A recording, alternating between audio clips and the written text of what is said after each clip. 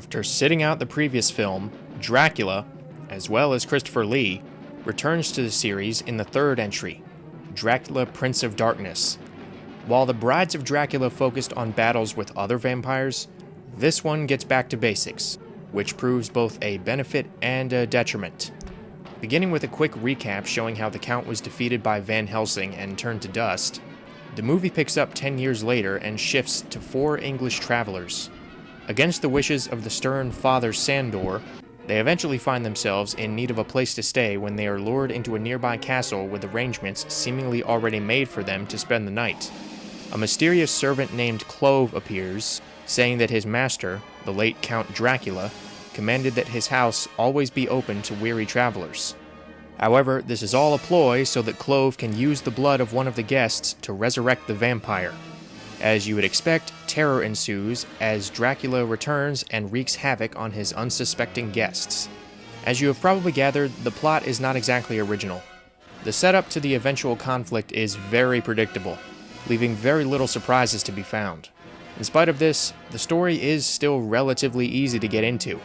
Although many of these plot points are familiar, that doesn't necessarily mean they're not done well. The build-up to Dracula's resurrection keeps you invested, waiting to know how the movie brings him back. The blood ritual is morbidly intriguing. I like the dissolve effect and the mist that accompanies it, making the whole ordeal feel appropriately supernatural. When Dracula finally does return, it feels rewarding and powerful. Part of that is due to Christopher Lee, who remains as ominous and composed as ever. Unfortunately, something is missing. He doesn't speak. According to Lee, the lines he was given were so bad that he refused to speak any of them. As limiting as that sounds, this does allow him to channel a more animalistic side to the vampire, which is part of what freshens the experience. The other characters are hit or miss. The best addition is Andrew Kerr as Father Sandor, who could have easily been a carbon copy of Van Helsing. However, Kerr brings a gruff charm to the burly cleric. Suzanne Farmer as Diana and Philip Latham are fairly standard in their roles as the typically sweet female character and the servant respectively, but they both pull it off believably well. Francis Matthews gets a little more to do as Charles, going through a natural arc from an arrogant pleasure seeker to a responsible husband. The best of the 4 travelers is Barbara Shelley as Helen, who is sadistically seductive and endlessly entertaining.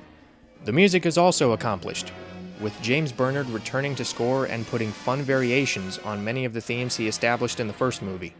Likewise, Terence Fisher still composes his scenes with a marriage of actor and set, with many of the stars walking through and interacting with the environment.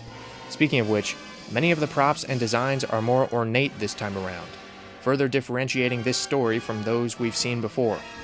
All in all, Dracula Prince of Darkness may not boast the most original story, but it gets by on fine performances, strong build-up, fancier sets, and a welcome return of the classic character.